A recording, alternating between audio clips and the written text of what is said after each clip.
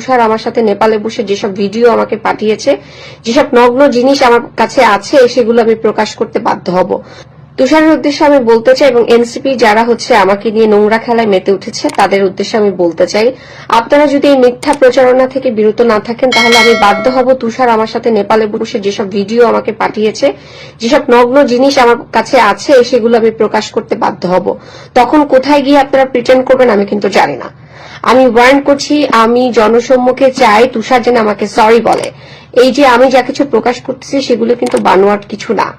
তুষারের যদি ওখানে তার নাম ব্যবহার করতে নাই চাইতো, তার মনের মধ্যে যদি কোন রকম শয়তানি চিন্তা নাই থাকতো, তাহলে ওখানে সবাই জানে, বাংলাদেশের ম্যাক্সিমাম মানুষ, যে human rights activist Rezaur Rahman Lenin, তিনি আমার বড় ভাই সমতুল্য।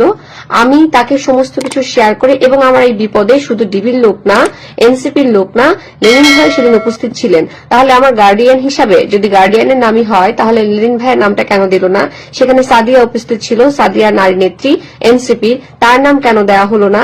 এই সমস্ত বিষয়গুলো আপনারা কথা বলছেন না, অন্য বিষয়গুলো নিয়ে কথা বলছেন, যে বিষয়গুলো কাজের না।